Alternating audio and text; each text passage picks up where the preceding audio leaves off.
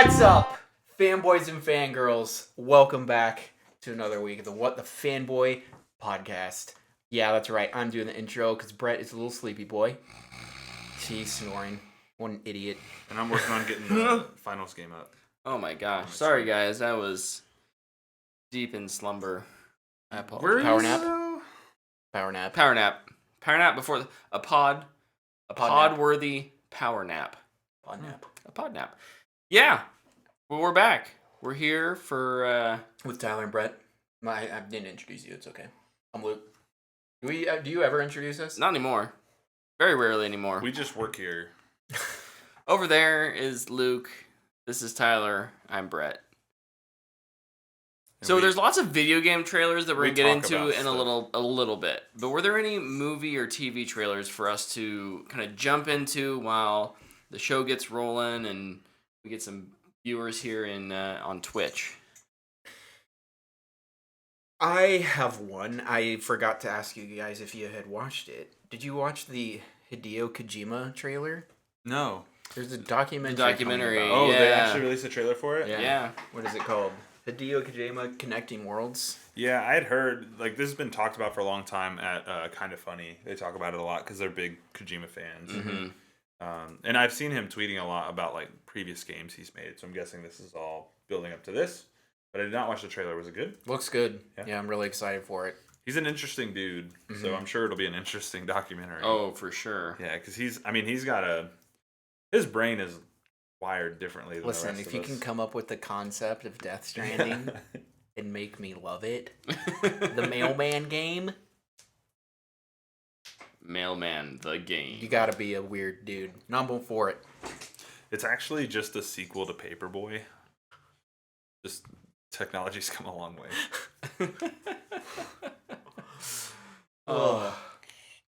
The other trailer I have was from Summer Game Fest, and it's The Witcher Season 3, Oh, yeah. We can talk about which was fine. Yeah, I still have only watched episode 1 of season 2 for that show because I liked it. Like, I liked that episode, and I was like, cool, I'm gonna stop here. Because the first episode of season 1 was so good, and the rest of it, I was like, this is bad. And so I was like, I want to end on a good note and just step away from it. So, the conscious decision to stop watching it. I think that makes sense. That's a logical way of doing it. Yeah. No, this trailer didn't do anything to get me more excited. Yeah, for nothing's it, really so drawing me back. It's kind of hard when you're gonna lose your star. It's a weird position to be in. Yeah, those kind of transitions rarely go well. So I'm curious to see how fans of the show kind of react to that when it comes, and react to kind of the third season and what it is. I guess we don't know completely, but yeah, how do you send Henry Cavill off in a way that's both satisfying and yet have Liam Hemsworth come in a way that's equally as satisfying and exciting? I don't know. But they do absolutely nothing. The face will just change. They just ignore it. It's gonna be like Katie Holmes and Maggie Gyllenhaal in The Dark Knight, or Edward Norton, Mark Ruffalo, Hulk. Like, it's just like, oh, he's different now. Yeah. Neither of those were like leads, though. Edward Norton was the lead in his movie, but not in the Avengers. But Banner has never been a lead in any of the new MCU stuff. Obviously for legal reasons. Was there any more? I think I had seen that there was a movie trailer, but I didn't. I have been super busy this week. There was the Adi we just were talking about the Adi Shankar anime. Yeah, that was also part of Summer Game Fest. Yeah. I mean, since we used The Witcher, we can talk about that one. Which looks awesome. Yeah, this looks absolutely insane. And it was a weird little presentation bit, but kind of hearing the backstory for it was like, they wanted him to, I guess, remix. They didn't want him to remix. They wanted him to make an anime on Far Cry 3 Blood Dragon. Mm-hmm. And he was like, let me just use all Ubisoft your properties. Yeah. And they were like, okay. That's what this is. It looks nuts. Yeah. It looks like a lot of fun. Yeah. It's coming out on Netflix. I don't remember if they gave a release date. They said fall. They said this fall. Okay. So cool. No official date, I didn't think. Dope. Sounds good. I'm sure we missed some trailers. It's Captain Laserhawk, right? Yeah. Laserface. If there was one this week that we didn't talk about, feel free to let us know, and we'll make sure we catch it next Fall time. 2023. I feel like there was another one that was during Summer Game Fest. Jeff Keighley's. Yeah, show. he does a good job of kind of bringing in outside things that aren't just games, right? But maybe game adjacent or something like that. So I don't know. Again, if we think of it, maybe we'll come back to it, and if not, we'll get to it next time. It's fine. Or we'll just forget about it forever, which is Classic. probably More realistic. Very much like us. Okay, well, we should hop into our main topic then here tonight. Our first, we kind of have two main topics because lots of game announcements to get to in a little bit. But first, Against Brett's will, this will be a 3-hour episode. jeez, He's gonna curl up in the corner and go to sleep. We have to talk about Transformers: Rise of the Beasts. Did I say that right? Yeah. Okay. Yeah. Who wants to go first? Luke's the resident Transformers superfan here, so I'll let him kick it off. Super fan. I feel like that's disrespectful for the people that care way more than I do. I loved it. In my Letterboxd review, I pretty much said, if you're like me and you love this stuff, you're gonna love this one too, because it has a lot more Bay in it, I'd say, than Bumblebee. Yeah. Where it gets a little out of control, but I think it still retains a little bit of the heart that Bumblebee had. So it's a mix of that. So it is a lot better than a lot of the Bay movies, probably except his original one. But man, it's giant aliens, robots transforming into trucks and gorillas and punching the bejesus out of each other, and I just love it. Nothing wrong with liking big action pieces. That's for sure. I'll never discredit anybody that says it's bad or dumb. Just be like, okay, yep. Speaking of that, I'll kind of go next, and then Tyler will probably split the difference on us here, would be my guess. I was fairly disappointed in Rise of the Beasts. I felt like kind of what Luke talked about. It went too much back towards Bay and what the 2 through 5 kind of, right? 2 through 5 or 2 through 4? 2 through 5. 2 through 5 became. It lost a little bit of that heart that Bumblebee had kind of reignited. The third act of this movie is so insane. And it's there for a brief moment in the first act. Like, that heart is like, it's there, and then they just ignore it for the rest of the movie, which was pretty disappointing. I think the second act's pretty forgettable, and the third act is a lot of fun.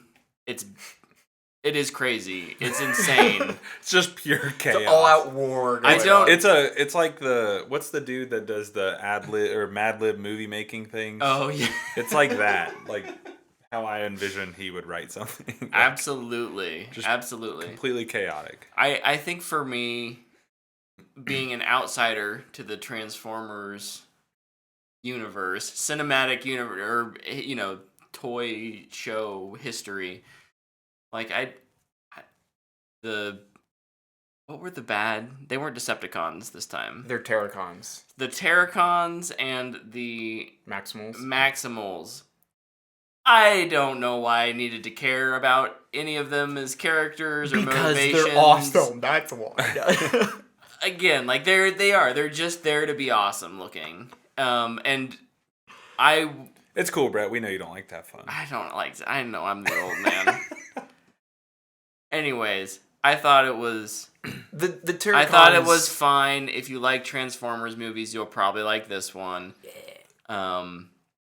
But I will say I was disappointed, and I think it's a step back from Bumblebee. The Terracons are not that great. They're just kind of bad guys. I'll be honest, I was disappointed that we weren't getting Predacons, which are the bad guys of the Maximals, where they like turn into velociraptors, and like we see Scorponok, he's a Predacon. Mm-hmm. Like, said we're just kind of getting more Transformers. just bad robots.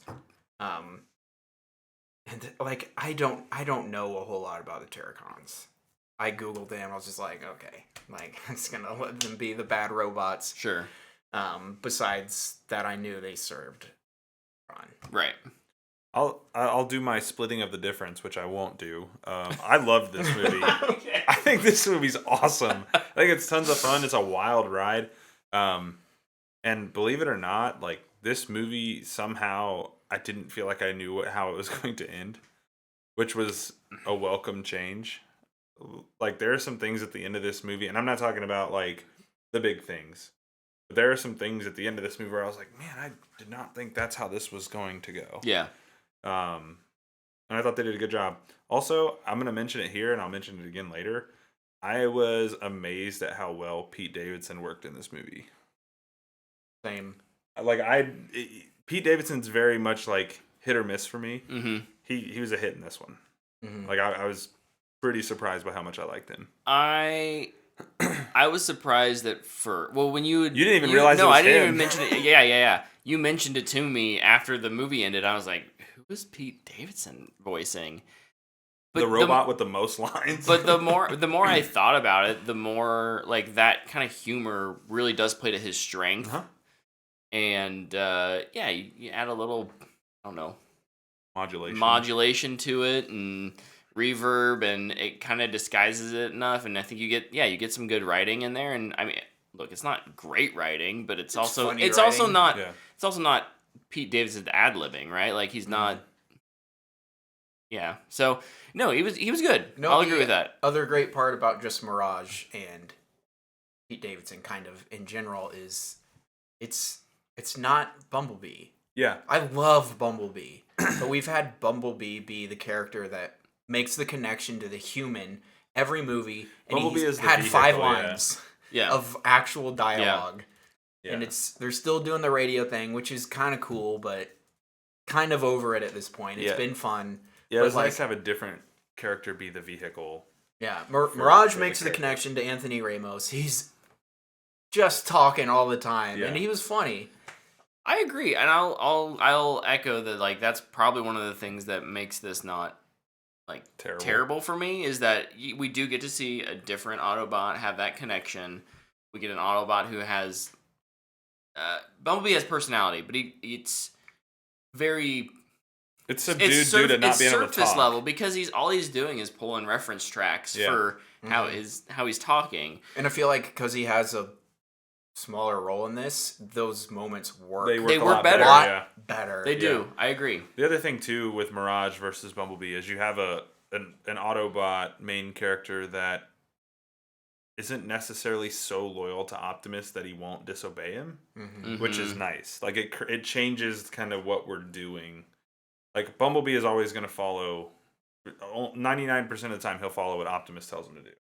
And like in this, Mirage is like, yeah, I'm just going to do what I think is the right thing. And like it's just kind of nice to have that. And kind of beside that, Optimus is not Yes. dead set on protecting all of humanity in this Which movie. I love. I think that's such a good change. It was really refreshing to like have him learn a lesson from Optimus Primal of like, oh, we like have to protect these people. We've been living here for a long time. And like Optimus just like, nope, we gotta go. We're gonna leave. Yeah, I think this movie does a good job of ditching all the old like cliche things from the other movies. In terms of like the characters, not necessarily the story beats and stuff, but Optimus isn't just the ultimate good guy. He's a little bit muddied in this one. Yeah. You know, like that stuff is so refreshing to me. It did. It kept me on my toes. Yeah. That's literally what I wrote out first and then deleted it. You wrote it and you're like, that sounds dumb. I'll wait for Brett to say it. No, I wrote it and I was like, well, I don't know if that's what I'm trying to say here. But no, yeah, I think it does a good job. I think Bumblebee and this are very strong entries for Transformers, even if this movie has some wild things in the third act. But I love this movie, man. I had a lot of fun. Yeah. Some new robots in the movie. We talked about Mirage. Mirage is awesome. Yep. It was really nice to have RC be involved. instead of just a throwaway character in one of the originals. You know she's in Transformers 2. She pops up in the beginning. You never see her again. Really? Is she one of the tuner cars or whatever? No, she's a motorcycle. Oh, I don't remember that at all. Yep. just was nothing, and she's an important character, and she was the one I was most looking forward to seeing more of, and I think I was a little disappointed I didn't get more of her. Out of all of the kind of designs of the Autobots, I think hers is the most interesting. Probably because she's not. It's not like a car. From a profile standpoint, she's much smaller. She's much smaller. She's much sleeker. I love that simplified design on her. They have to give her a feminine shape, right? No, they definitely do. How should we design this female robot? Hourglass. That's right. And then also the Maximals, which is both a positive and a little bit of disappointment because Primal and Airazor are freaking awesome. Yeah. And I freaking love Airazor so much. And I love Michelle Yeoh. I didn't even realize it was her until after. Yeah. I was like, holy crap. This movie's loaded with talent. Yeah. Then you also have Rhinox and G-Dor in there, and they're kind of in the final Rhinox battle. doesn't even have a line. Yeah. G-Dor says 5 things. I think he says yeah, let's do this or something. Or look out or something. I would have appreciated a little more from them. And even just in general, just maybe to sideline some of the Autobots and use the Maximals more. Yeah, if you're going to have them, use them. Yeah. Maybe in a sequel, and I'll get to that. Well, I already talked about it, never mind. Predacons, hopefully in a sequel. And other things. Yeah. Yeah, this movie really does feel like if Bumblebee was kind of a reset, this is a kickoff point. This is we kind of reset and here's the vision. Yeah. Right? No, it's crazy. It still works with the Bay movies. Unicron is Earth in that movie. I've thought of some stuff that's that could still work. Oh my gosh, Luke, don't go that deep, man. You don't need to go that deep. It's a Transformers movie. You get your shovel out. I'll bring mine too. Gotcha, baby. What are we digging for gold? Digging deep on Transformers. We're going to start our own side podcast like you did with the MCU for Transformers. What? No! This is why do. the Transformers are the best movies ever. It's a Please really do. long podcast title. That would be really fun. I want to see it. Or we could call it Nobody Wants to Have Fun in the Movies Anymore. All they want to do is get on their phones. They need a longer title. We mentioned Anthony Ramos briefly. Make it an acronym. But what do we think about our human characters? I really, really liked Anthony Ramos. Yeah, Noah's good. I really liked Dominique Fishback too. I don't know if they used her to her full potential. Definitely not. She felt extremely generic. Yeah. She was the character who needed to move the physical portions of the plot. We need to go here. We need to go there. She was a map, basically, which is kind of annoying. Yeah. But yeah, she's a great actress. I think she was good for what she had, but definitely could have used her more. Ramos, I agree. Fantastic. Yeah, Ramos is great. I dude just oozes charisma. He does. When he's on the screen, you're like, yep, gonna watch that guy. I'm going to Peru too. Yeah. Was there any more human characters? Oh, there's his mom and brother. Yeah, and the guy who hired him to steal Mirage. Tails. Yeah, Tails. Oh yeah, Reek. Yeah. Mm-hmm. Reek was hilarious. Yeah, that again, the first act where it's pretty much all humans and it's it's Noah meeting Mirage. I think that's really strong stuff. That's all. That's almost always good Transformers. There's a nice balance there, I think. And then they're fighting on a giant exploding volcano. And it I just lose all sense of realism. I'm kidding. And Brett's over there going. Kidding. Brett's over there going. Oh my gosh. Luke's over there going. Yeah. I'm kidding. And every time Bumblebee uses an IP line, Brett just cringes. He's like shudders. No, I should play on my phone like the kids in front of me. I hadn't really. Hey, I called them out. And you did. We got them. Good. We got them to put it away for the most part. Crab chop. No, I think for the most part, I really didn't notice the writing being like average or meh. Like the writing was fine up until, for me, it was like the bathroom humor stuff kind of came back in, and I was like, do we need that? Is that funny? Is it? I mean, maybe, I guess, for a certain demographic. Made me laugh. All right. You talking about like the inside me joke? Yeah. I thought that was you were hilarious. inside me. All right. I thought it was hilarious. It fits a Transformer. I think a reason the writing works is the story is so simple. Oh, yeah. It's, hey, we need to get this key so we can leave, and that's it. Yeah, but it's so uncomplicated. On the flip side, though, I don't understand Optimus Prime's. What is his motivation? Because he wants to go back to He Cybertron. wants to go home. He's stuck on Earth. he didn't need like His at one world point, is at war. At one point, he was like his world's at war, and then at another point, he was like, it's already like all hope is lost or something. I don't know. I may have been confused, but You also You like, were trying to probably fight asleep. sleep. You were fighting sleep was pretty there hard. was there an Optimus Prime monologue in the second act that I missed? Yes. There's actually an Optimus Yeah. Prime monologue in the second act. He always has one. Maybe Yeah. I missed it. I don't know. You looked like, at one point I looked over at you a few times because I thought you were sleeping. I couldn't tell. I knew I was fighting it, but Do you remember the part where they're tumbling down the hill? tumbling down the hill. Wait. It's the big action set piece of the second act. So this is in Peru. Yes, they're tumbling down. Yeah. It's right before that. He's like, Okay. hey, we need a... No, I remember that. Obviously, it didn't stick with me. No, but I remember that. Okay. That's good. Y'all are making me feel even older than I actually am. You remember how old you are? Nope. I'm too old. Dementia. Coming for you. What do you guys... Other positives maybe we haven't talked about? I think the sound mixing in this. We watched it in IMAX and it blew my ears out, but it was pretty incredible. Sound really mixing and sound effects in the Transformers movies are always... They're always really awesome. good. And VFX. Yeah. The VFX are good in this too. Mm-hmm. Yeah. I'd say there's only a few moments where I was like, that could look better. But like all the stuff with the Transformers looks phenomenal.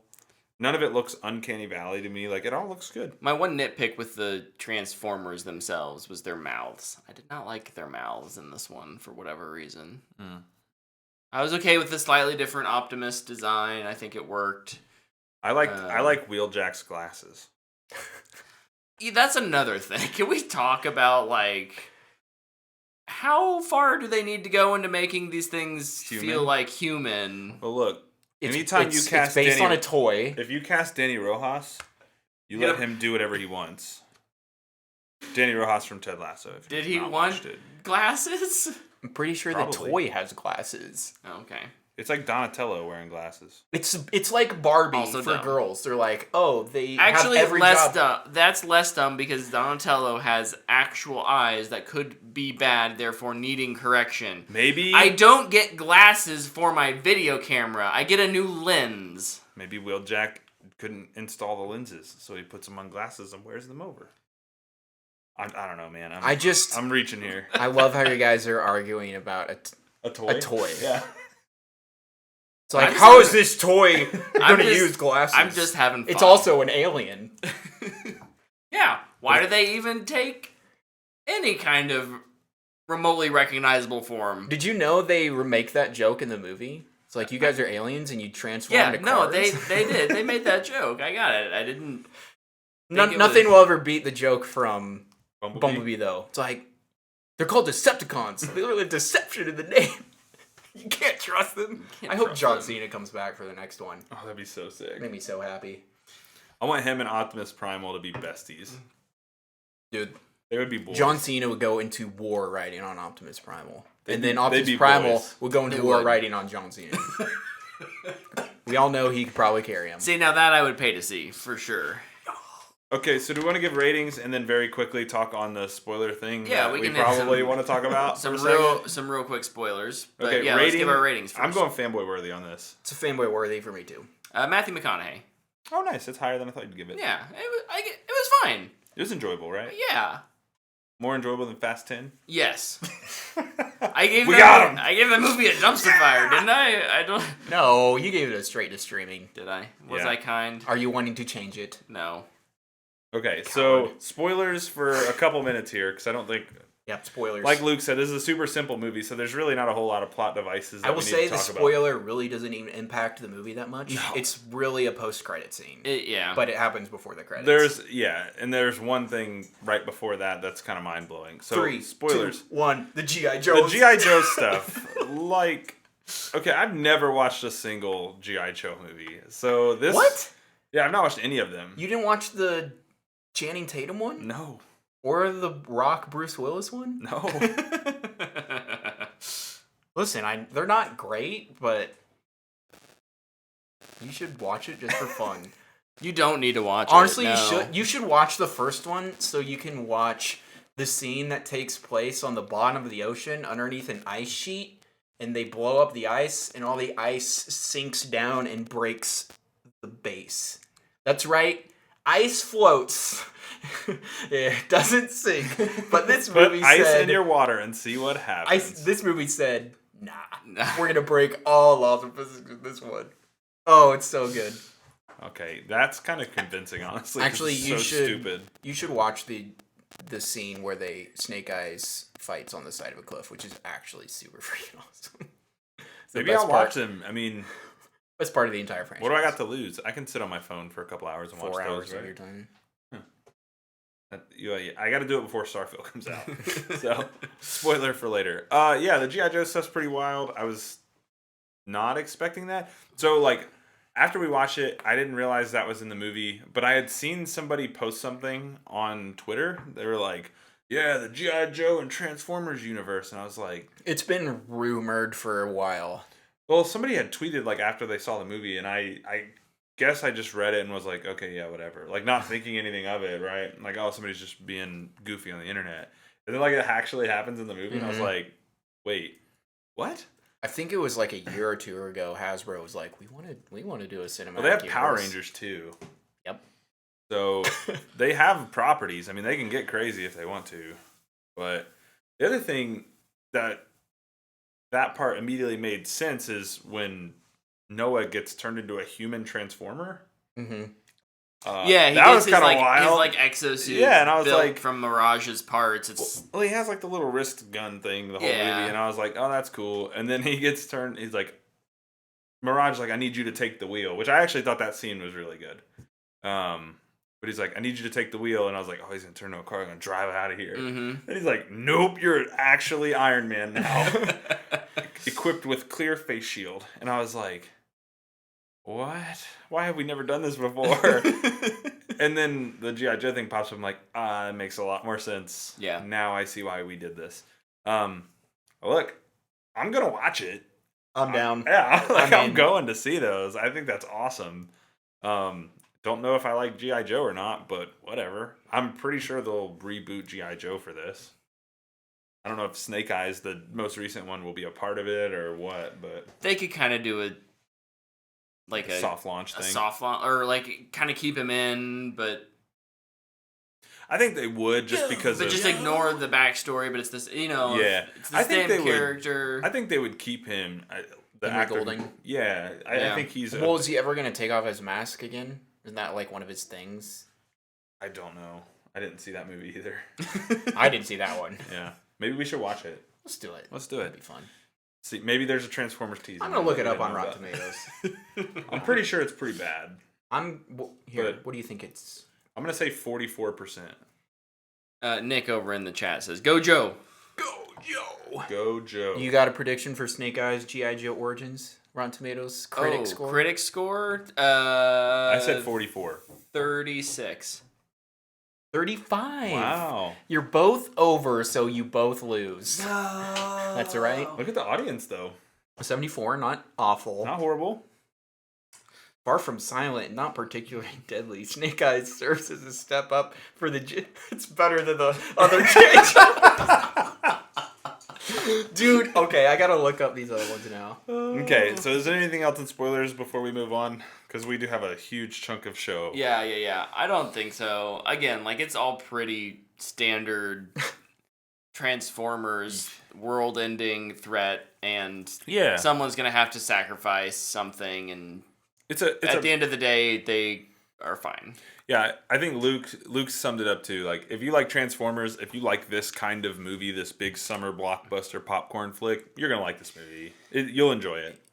There's a little bit of something for everybody. Yeah, most of these franchises are getting into this territory of kind of doing the same thing over and over again, right? Yeah. And I think Transformers can continue to get away with it more because it's a once every 3 or 4 year thing versus like 4 year. Marvel is like, we're getting 3 or 4 movies a year And a show.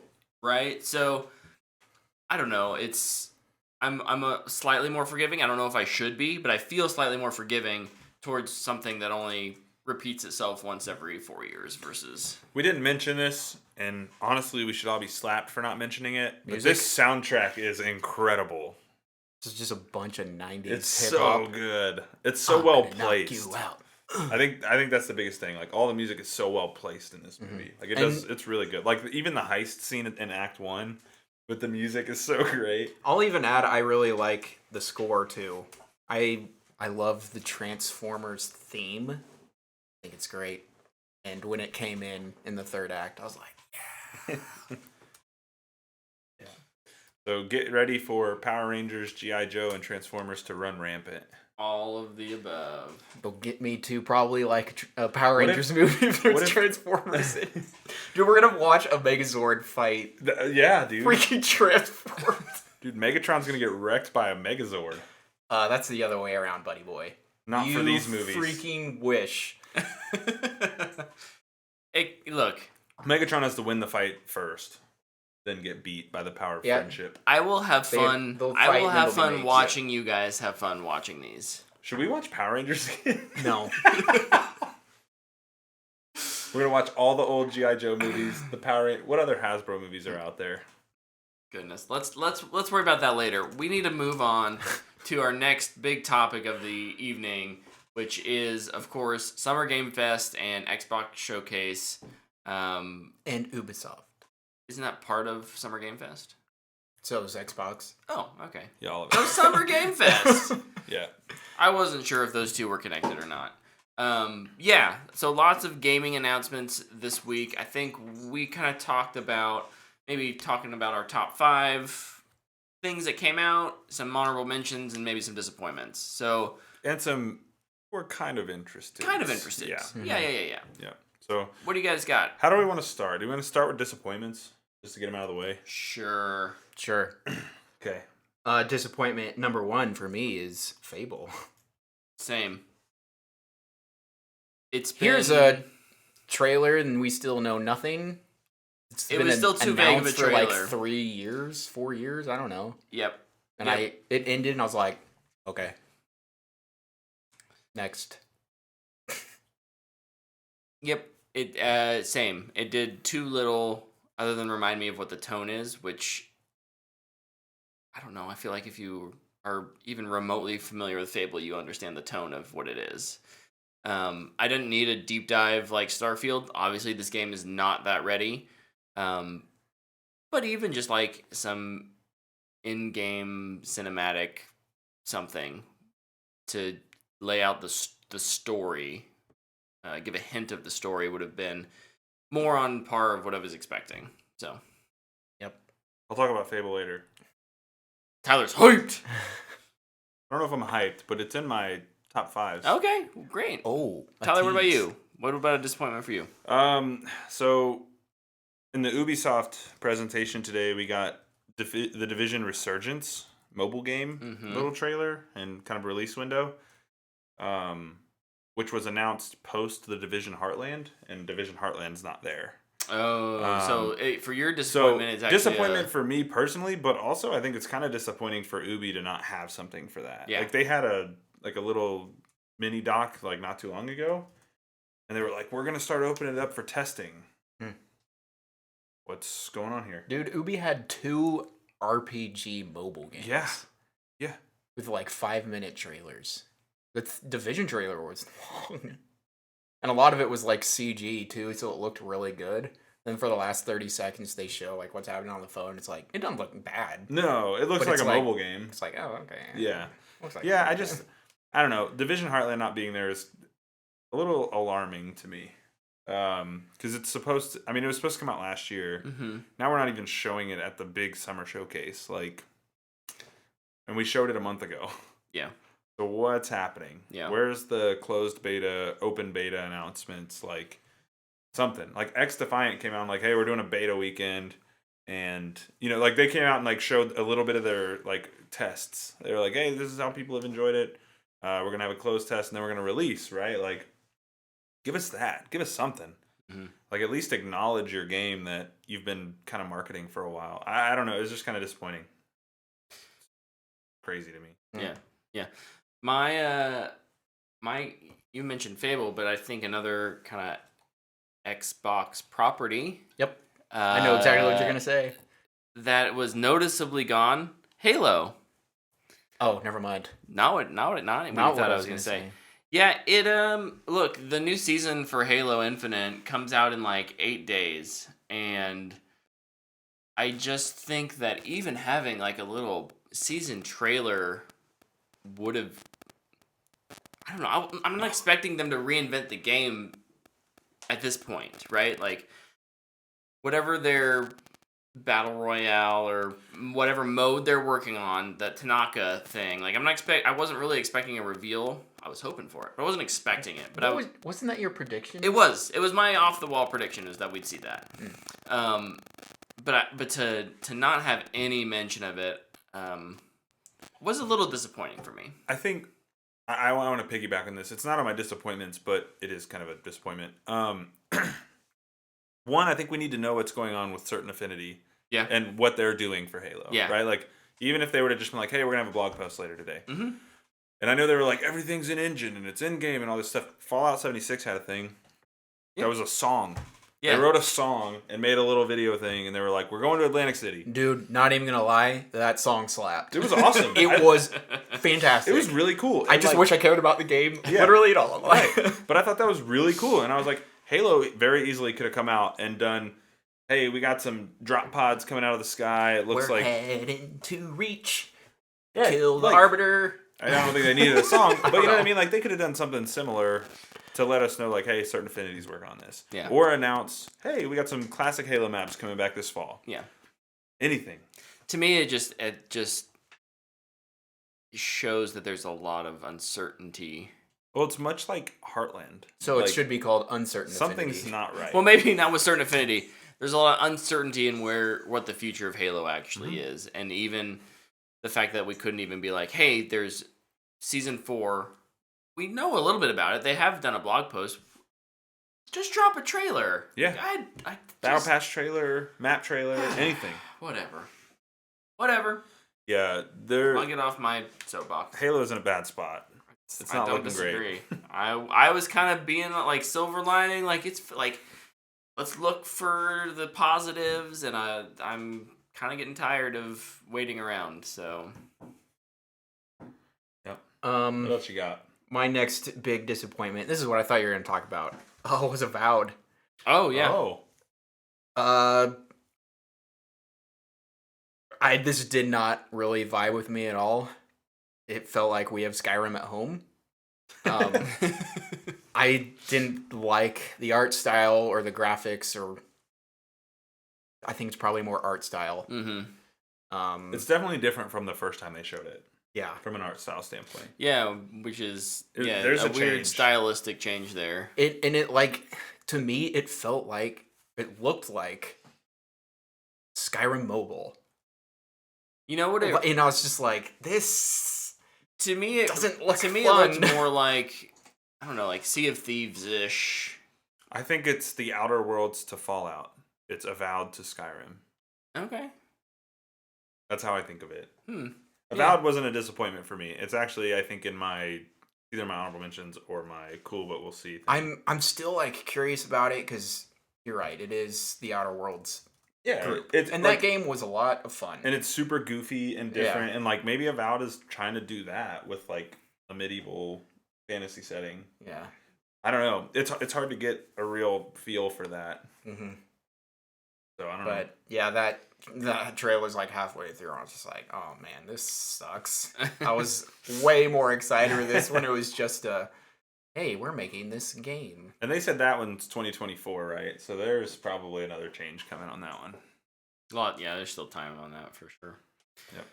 Todd, My last disappointment, I think it's the easiest one for anybody to guess. There was no Gears anything in this for Xbox. And it's funny, like, I think we've all mentioned an Xbox thing in disappointment. I'm pretty confident. I feel like Xbox was the best showcase of the weekend. But it's just kind of funny we all had disappointments. But yeah, no Gears anything. No Marcus Phoenix collection. Yeah. No confirmation that Gears 6 is in development. No update on the TV show. No nothing. Just not even acknowledging it. And I understand that the Coalition's doing a lot with Unreal 5 and all the tech demos and stuff. Like, their team is very involved helping everybody learn how to use Unreal 5. But, man, really would have liked to hear something about Gears. Mm-hmm. Do you have another one? Mm-mm. Okay, I have one more. And it was Alan Wake 2. Oh. They were hyping this gameplay. Yeah.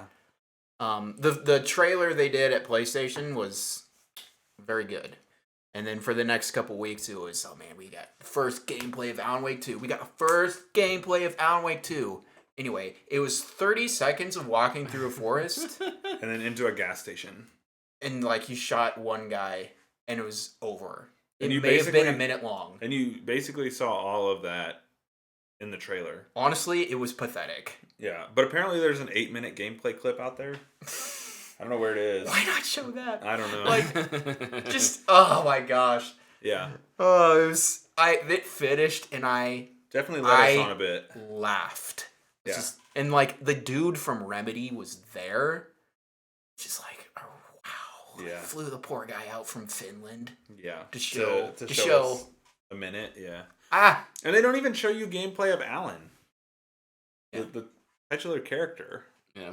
Oh, I kind of get that. It's like it's a half and half It kind is. of character story. And they're but like, people already like Alan. the so bit it's- where he was just talking about the game was way more interesting than any gameplay they showed. Yeah. Yep. I would agree. Oh, it's so funny. And that game is still one of my hotly anticipated games. Oh, it's still anticipated, Yeah. but it's we were kind of talking about that it's like- afterwards. We were like, man, that was a bad demo, but I'm still excited for the game. Yep. it's like hyping up Wally World and you get there and it's closed. It's like, wow. Do we want to jump Oh, into the cool but we'll see? Real quick, over in our chat, we've got GZ. What up, GZ? Says a disappointment. No Perfect Dark update. Oh, yes. Or Forgot about Everwild. Or update, Everwild, yeah. Or Contraband. Or Indiana Jones. Indiana Jones didn't surprise me, but That one still be They're still a ways out on They're that. still pretty yeah. they're probably still doing concept art. Yeah, I think it's easy to think Indiana Jones is going to be there just because the movie comes out so soon. But yeah, I didn't think that one would be there. Contraband, I don't know. I need to look into that one more. Everwild and Perfect Dark not being there though. I forgot Perfect Dark was like Perfect Dark is in trouble, I think. They've had multiple support studios in and out on that game. Like it sounds like the development for that's going really poorly. Everwild, yeah, I don't know how we haven't seen more from them. Mm-hmm. I hope we get something soon. Agreed. Hey, what do you do? What do you do? What about Cool but we'll see. Cool but we'll sees? Immortals of Avium. This is the Magic first-person shooter game. The EA original. Yeah. I think this looks super cool. Yeah. Looks but interesting. It just also feels like it's probably gonna be pretty bad. You know what it reminds me of is Doom. Yeah, it looks like a boomer Oh, shooter with yeah, magic. yeah. Yeah. It reminds me a lot of Doom. And if they can hit that sweet spot of super Like, fun and Fast honestly and, probably yeah. kind of meta, and Yeah. it can be really cool. Yep. But we'll see. Like, Yeah, it's very much a like. that is we are waiting for the reviews on this one. Yeah, I would agree. Go ahead. Oh no. We're going down the line. I'll wait my turn. A cool but we'll see for me is South of Midnight.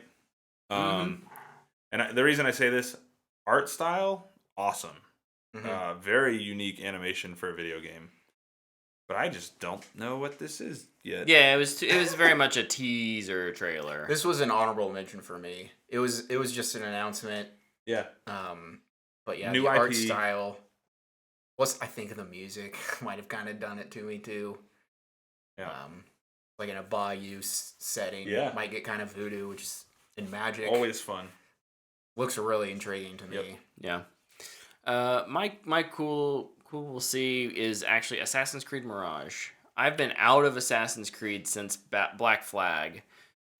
Which I loved Black Flag, but I just could not get into the big ones. Any of the really massive ones. And so the fact that it's a smaller scale, it looks like it has a interesting story. The trailer really did tease some, some weird, almost like undead zombie. I don't know what it is. That's my point. Is that like it's intriguing, and yeah, we'll see. Mm-hmm. I think one of the things Assassin's Creed always does a good job of doing is introducing you to a culture you maybe not very familiar with. This one being in Baghdad. It'll be interesting to see, like, the folklore stuff that inspires some of the missions. And but it's funny you say that, because this is targeted for you. Yeah. The people who fell off when they made the big RPGs. They want to get back to for this one at least, they want to get back to that more smaller 20 to 25 hour story. Classic gameplay. Like, I loved watching the counter and then kill. I was like, oh, the gameplay they showed was awesome. It was great. Yeah. I was like, man, this is literally like traditional Assassin's Creed. Like, this is what I grew up playing. This was another honorable mention for me. Me as well. I'm excited. I also like the character that this game is about from Valhalla. So I'm very excited to see his journey into the Hidden Ones. I think that's really cool. Yeah, I thought it was fun too. They mentioned, the feather thing comes from Egypt. Like, that's the last one I played. Oh yeah. Basim. He's one of the characters in Valhalla that helps you kind of learn of the assassins. It's pretty cool. Awesome. He like hangs out at your base and gives you like targets to kill and stuff. It's cool. Yeah. Are we just going back? Like, are we going like sure. This? My next one, cool, but we'll see, is Avatar: Frontiers of Pandora. I called as soon as this gameplay ended, I said, "Oh, Avatar Cry." Yeah. Nice. It's Far Cry Avatar. We talked about that before, which I think is cool. Like, I think it's a cool idea. I'll say this again later. I like Ubi Massive a lot. So I'm interested to see what they do with this and what kind of spin they put on the Far Cry kind of game. This is definitely a we'll see for me. I am not the biggest Avatar fan. I like Avatar, but I'm not like Luke loves it. It's on Disney Plus and HBO Max right now. Star the Way of Water. But yeah, I thought this was. I thought it was a cool looking game. It looks way better than I expected it to. Yes. I will say that. I think it was a win for them. This was my number 4. I am very, very excited for this. It was my number 4 too. Yay, go team. I've been really excited for this for a long time, and like kind of apprehensive about it too, because it's like, man, rightfully so. It's gonna be an open world, which is super cool, which they should do. It's like, is it good? And I think the Far Cry style of open world they're going for, honestly, is perfect. I think it works for Pandora. It's not just giant, like, Bethesda world, or even, we'll talk about it later, like, probably what Outlaws is going to be. It's scalable, which is nice. And it feels like it's finishable. Yeah. Which is going to be super nice. Yep.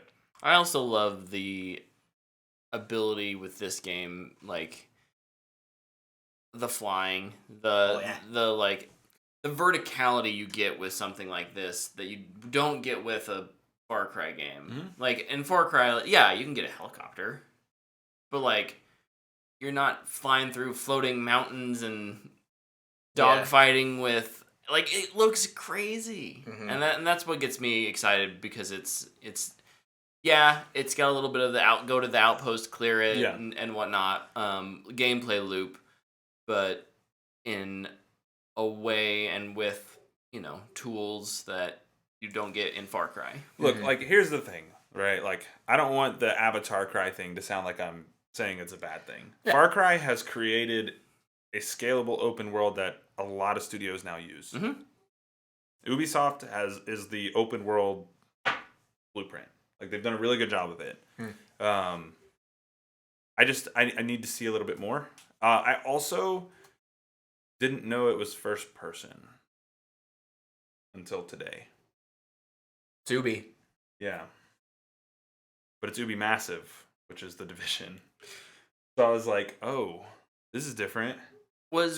Again, it was just kind of, I was like, oh, I thought this was going to be a third-person game. I thought I was going to create my Navi. I'm thinking of Starfield was the one that said you could play either first or third. Mm-hmm.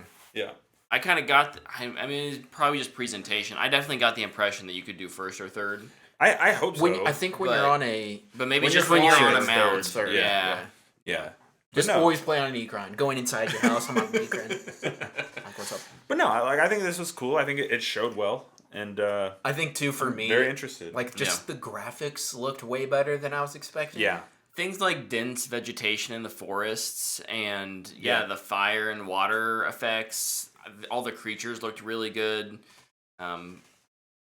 Visually was very impressive for the scale of what it's trying to do. And have James Cameron come out and talk a little bit. Yeah, and it's part of, like, the movie. Yeah. The story fits into the movies, which is pretty cool. Oh, you're telling me it's canon? It's canon, oh, baby. man. No, Jim's telling you that. Oh, man. Average above height. Yeah, above average height, James Cameron. Oh, did I get it right? You said it backwards. Oh, darn it. You said average above, not above average. It's okay, though, man. Get it right eventually, and it'll make you laugh for once in your life. All right, Luke, what's yours? Your next one. Your next. My last cool, but we'll see is Mortal Kombat 1. Okay. I might have had this as an honorable mention before, and then I downloaded Mortal Kombat 11 on Game Pass. Story's fun. I cannot stand the controls of Mortal Kombat. It's slower. It feels clunkier to me. I think it feels terrible. Yeah, it just feels like Injustice feels different. Injustice feels so good. Yeah. And just like the biggest most annoying thing is blocking Injustice. You hold backwards. Yeah. And this one you have to hit a button. I never hit the button. And I'm playing the campaign on very easy. And I tell you what, there's been no campaign has been more annoying than this one. Because when I'm fighting like the Western guy with guns or whatever, Aaron Black, is that his name? I think so, yeah. He has some move where he like spins you in a tornado. Listen, I'm here for the story. Just let me kill this dude. Just let me do one round of me just punching him down. Let me use my super because it looks cool. And then we can move on. I don't care about the gameplay. I just want to experience the story because it is pretty cool. Yeah, it's an interesting one. But he just spins me in his tornado over and over again. And I can't block because they suck. Oh, it's so... And every time my health actually gets down low and I use the super move, they block it every time. I have never seen my character's fatal blow move. Not one. It is so annoying. It feels so bad. Yeah, and that's why like when we were talking about Mortal Kombat 1 after it showed, it looks faster. It looks a little more fluid, like Injustice. So I'm hoping that is the case because I do think 11 feels clunky. Like that was my immediate criticism of it. Like I played it and I was like, this is a really good story, but I didn't keep playing it. Mm-hmm. Whereas like Injustice, I beat it and I couldn't stop. Dude, I gave up. It honestly just felt so bad. I was just like, yeah, I'll just watch it on YouTube. I was gonna say, watch a YouTube thing. It's a 4.5, 5 hour story. Like you can just watch it in parts. I played it for 2 hours and I was probably like 70% way through. Yeah, it's quick. What part was I at? Oh shoot, I can't even remember now. Johnny Cage. Oh, I think I just did Sonya Blades. Okay. A bit. I like Katana though. She's fun. Yeah, they're good. Anyway, that one's just... It looks super cool. It looks really fun. The fatalities look insane. But it's going to be dependent on how fast it is on sale. Game Or Pass. Yeah. And yeah. how it feels. Like, if Yeah. it's closer to Injustice, I might get it a little sooner. Well, I'll be getting it. I don't know when because you getting a hard copy? Can I borrow it? I probably will get a hard copy of that one actually. So yeah, you definitely could. I think the hard part with that though is its proximity to Starfield. So Yeah, that's another reason. it comes out like 2 weeks after Played it. Starfield. So it's like if I play it, it'll be way late. Oh, or it could be good counter programming. I don't know. We'll see. That was my last cool, but My we'll last see. cool, but we'll see. And I think this is mostly product of no Gears. Is Warhammer Space Marine 2. Oh, yeah. This looks just like Gears of War. Gears. Yeah, it looks like Gears. Like, What if they merge the franchises? I'm pretty sure Gears is based on Warhammer, anyways. But they like roadie run and like they have instead of lancers, they have swords that have chainsaws on them. Like it's literally a Gears game. That's all it is. So that's my last one. What about you, Brett? I'm ready Change for... your camera. How dare you tell me what to do? Well, you were talking. I'll off run screen. this He's over there- show he's over there exactly sleeping. how I want to run the show, Tyler. No, he's trying to put his notes together. I was doing it too, man. It's cool. I've had a busy weekend. We'll talk about it later. No, let's work our way up to honorable mentions. Honorable mentions. Kick it off. What you got? The Dungeons of Hinterberg. Okay. Luke Pretty showed me this trailer like right before the show started. I was like, "Oh, This is my number this 5. looks like really fun." I think this game looks awesome. Yeah. I don't know if I remember this one. It's the girl with the paper cut 2.0 sword. Pretty much looks like a Zelda game. A classic Zelda game. It's got all these Oh, different yeah. No, this game looks awesome. like puzzle aspects Yeah. in it. It feels like it's a real blend of different genres from Zelda to something like Monument Valley, where that's a straight up puzzle game that's all about perspective, and like there's a moment in there where you're turning parts of the map so that you can access different pathways, and I'm totally here for that. Yeah. Plus, Nice. like, day one Game Pass. Like, Yeah. I'm Yeah. there. That makes them move up easily. Like, Yeah. You immediately put it closer to the top of your list. I love the art style, too. Very cool. It looks a lot like Hi-Fi Rush. Mm-hmm. Yep. Like, Dude, awesome game. Yeah. Awesome game. Yep. I thought that was cool. My first was my fourth, I guess, honorable mention would be Clockwork Revolution. Ooh. This is a... Hold that thought. We'll talk about that later. I'll say my thought here. I think this looks like Bioshock. That's what it reminds me of. So I'm excited for it. Definitely what it was going for. Yeah. You can tell that's a timey-wimey like Bioshock. a big influence. I'm was interested. BioShock Infinite. So yeah, I agree. Luke, Also, we're gonna talk about that This was later. This was In Exile, wasn't it? Yes. Yeah. Very cool. My honorable mention, and I took this out of Cool But We'll See. And I mainly took it out because I'm just already extremely invested.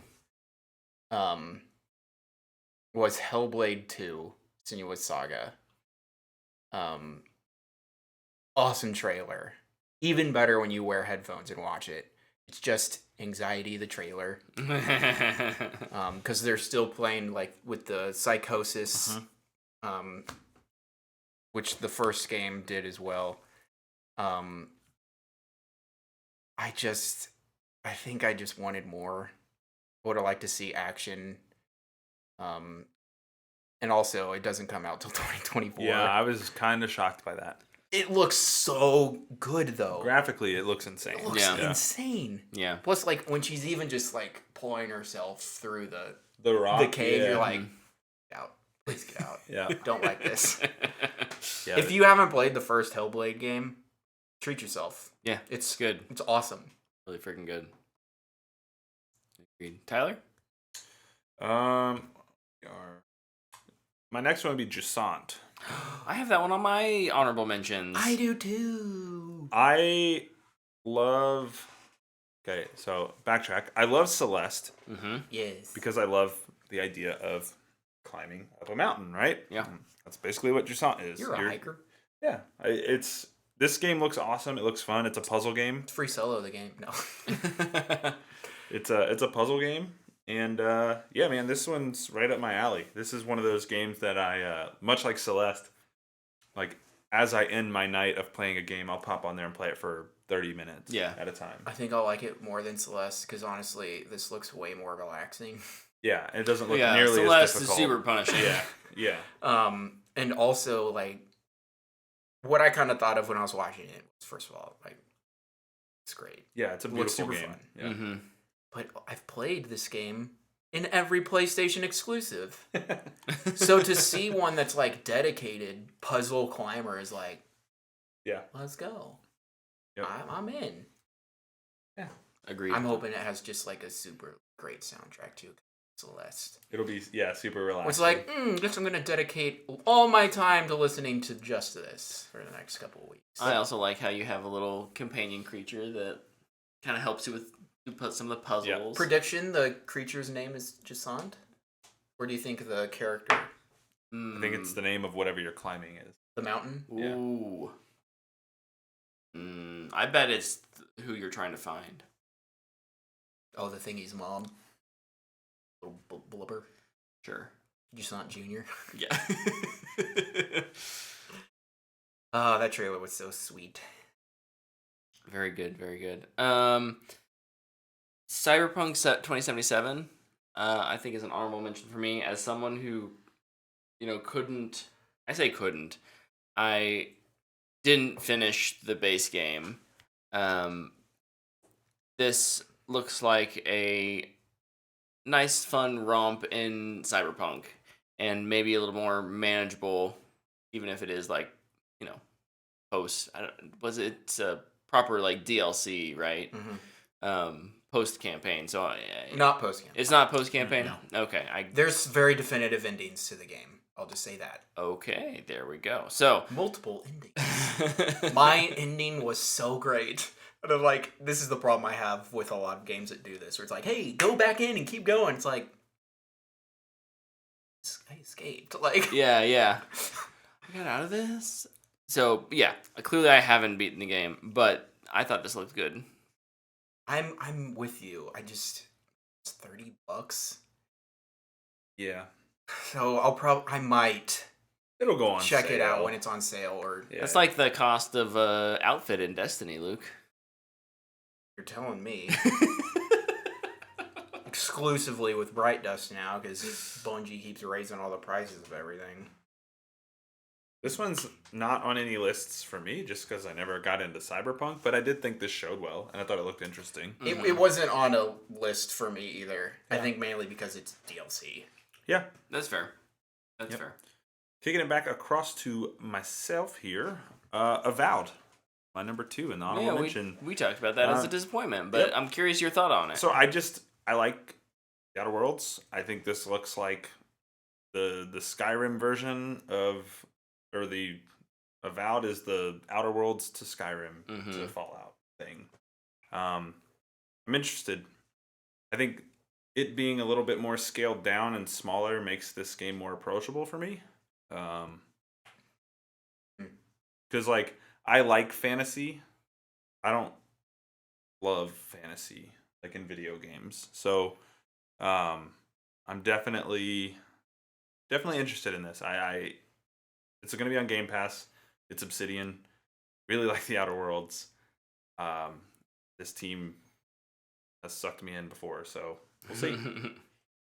Wait. Oh, my honorable mentions are done. I'll just go through them. My honorable mentions were Jasant, South of Midnight, Assassin's Creed. Okay.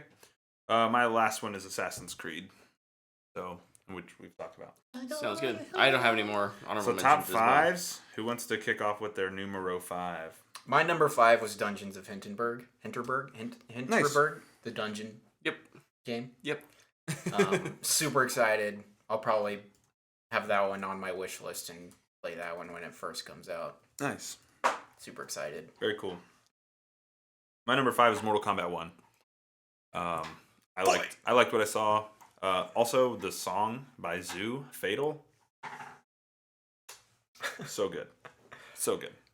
What they showed was so good. It was awesome. Yeah. Awesome. It's so bloody. It's ridiculous I don't know how they keep What they coming get up with what they more. get away That's with what there. blows my Did mind. you watch Ed Boon's interview with IGN? Mm-mm. he asked him, like, is there any fatalities that you've had to say no to? And he's like, oh yeah. And he's like, some of them are so bad. It was a great interview too. He also, I should say, he talked about Injustice. Oh. Because the conversation came up. He was like, "It's like, is Injustice still on the table? Because you've been alternating." And he's like, "Absolutely, Injustice is still on the table.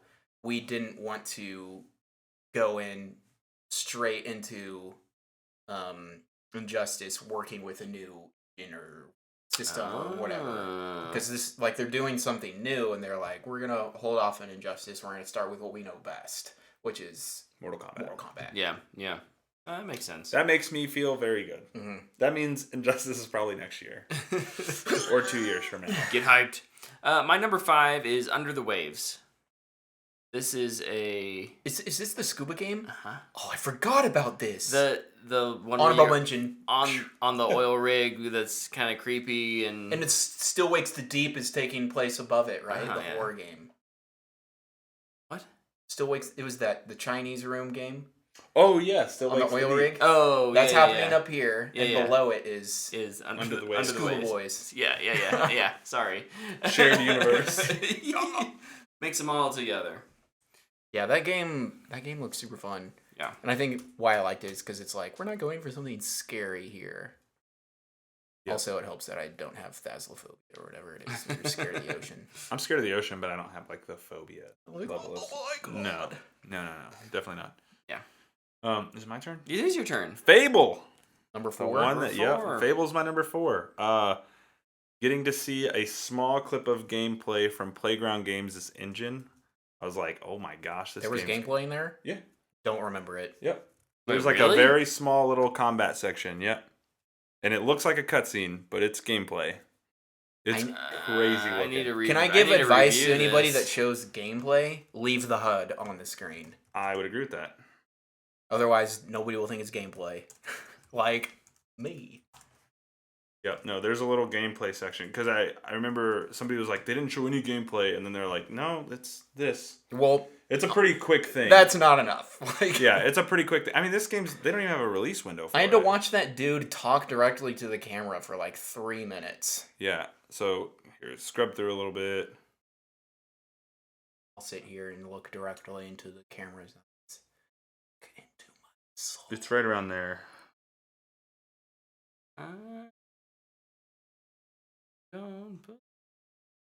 Well, you've passed where I said to stop, so... My favorite part of the Fable bit was when Phil Spencer was like, bro, we're going to have so much British humor in here. And then there's a little bit of combat in that same little area.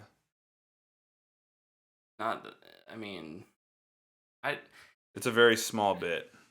Hey, okay. That. Maybe there's some gameplay in here. It's definitely not... It's not enough. It's not communicated that it's gameplay, and it's not enough. But... Yeah. Anyways, I think it looks great in their engine. I want to watch the gal walk through the forest and talk to an NPC and then kill them. I think it looks great. I'm excited for it. I like the tone.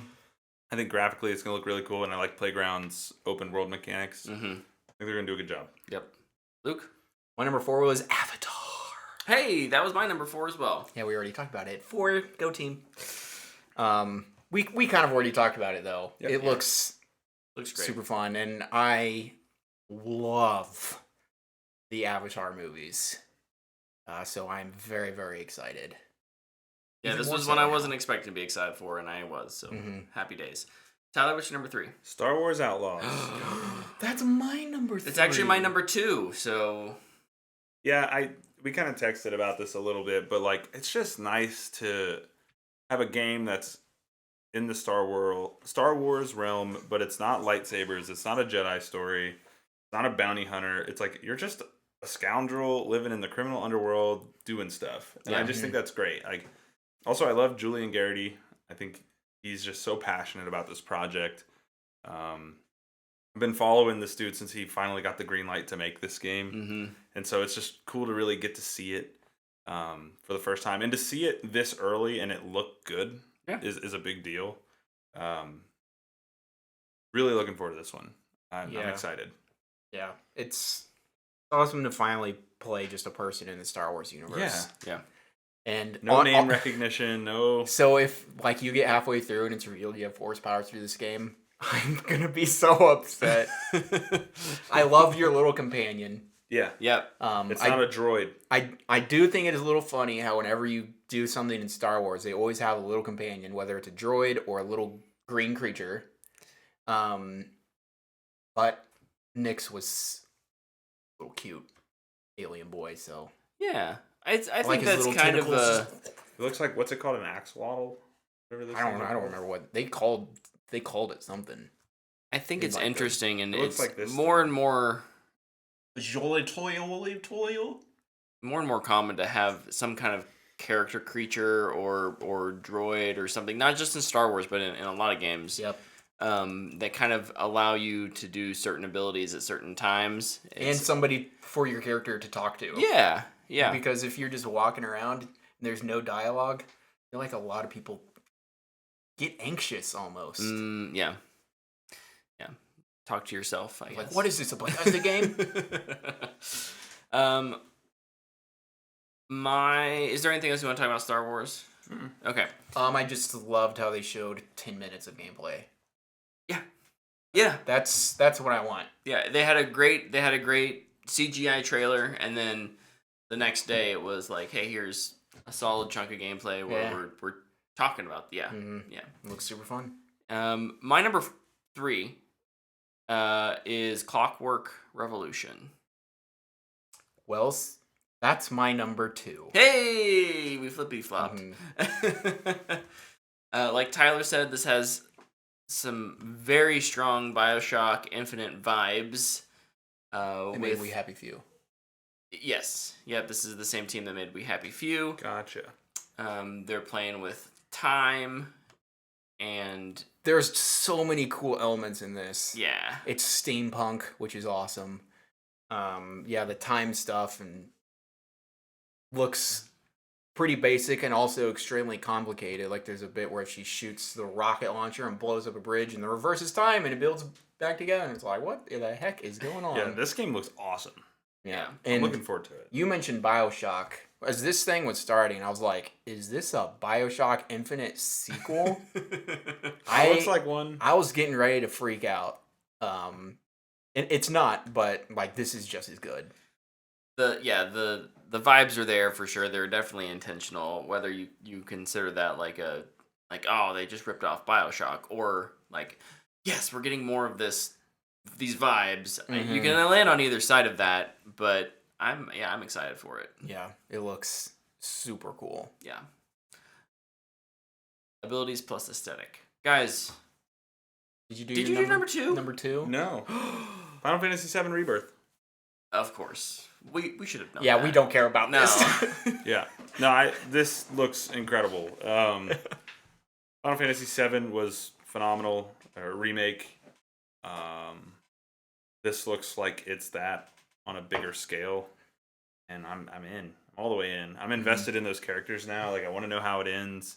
There's some very interesting imagery in the trailer based on kind of story beats from the first game that I'm very curious how they explore them. Namely, a lot of your protagonists are dead in this trailer, but then you see them later.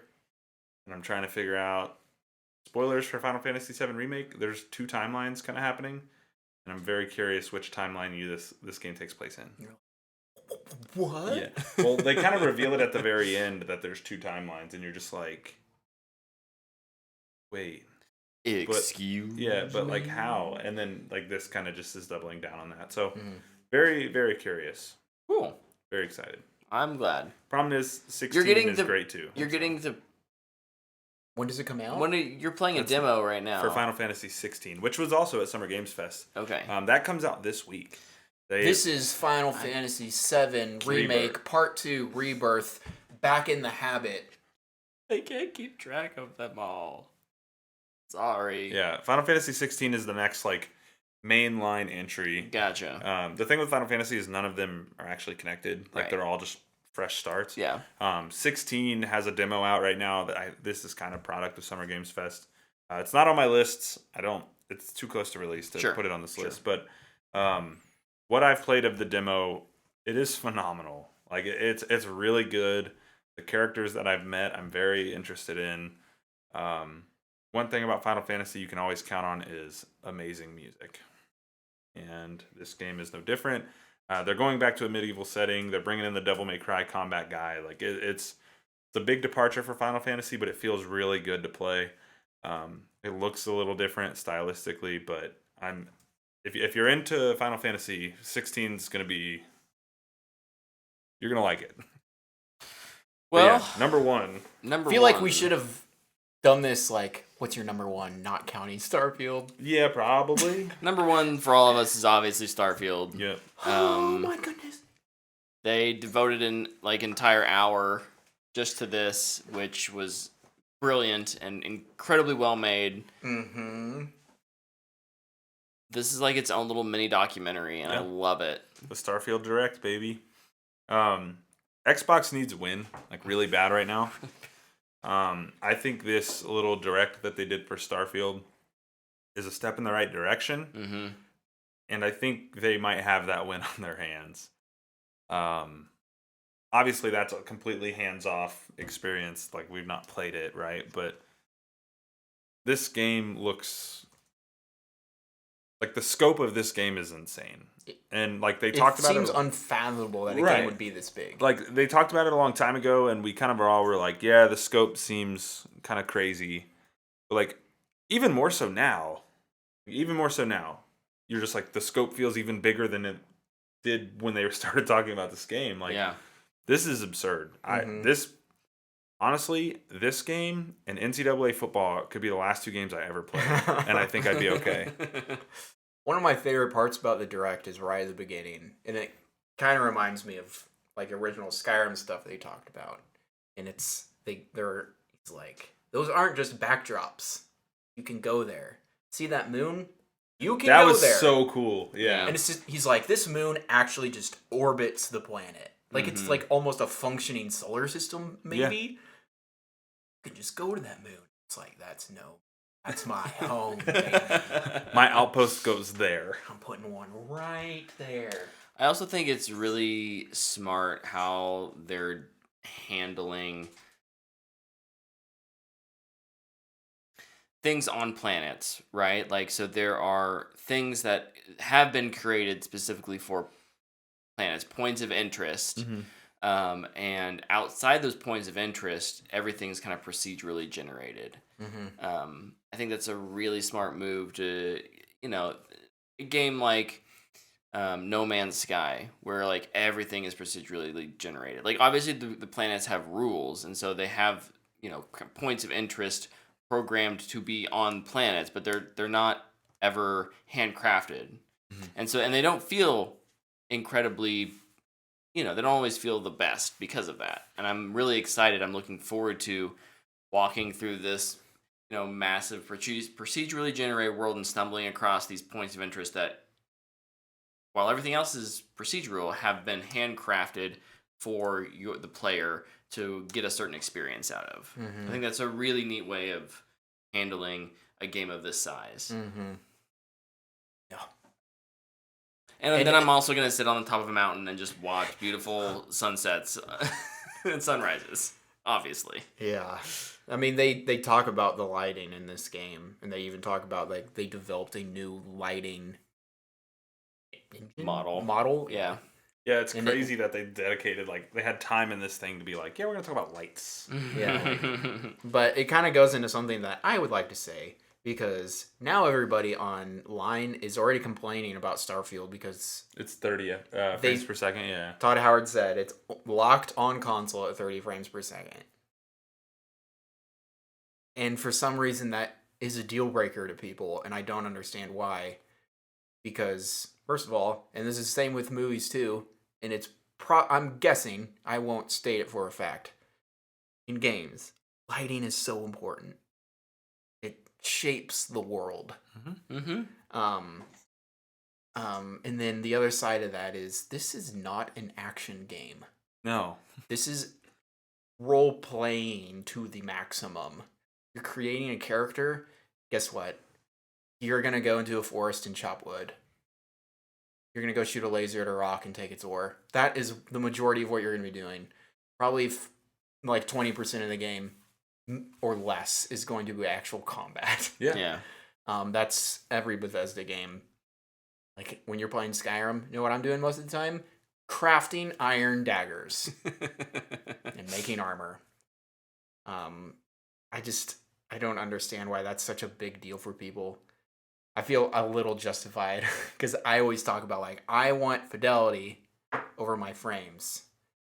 And Todd Howard was like, "We don't want to sacrifice fidelity for the frames." It's like, yeah. Yeah, I think that's important to remember. At least for like a game like this. Yeah. Like if I'm playing Destiny or COD, you want it to move fast. If I need pinpoint precision blocking with something, the frames are important. Yep.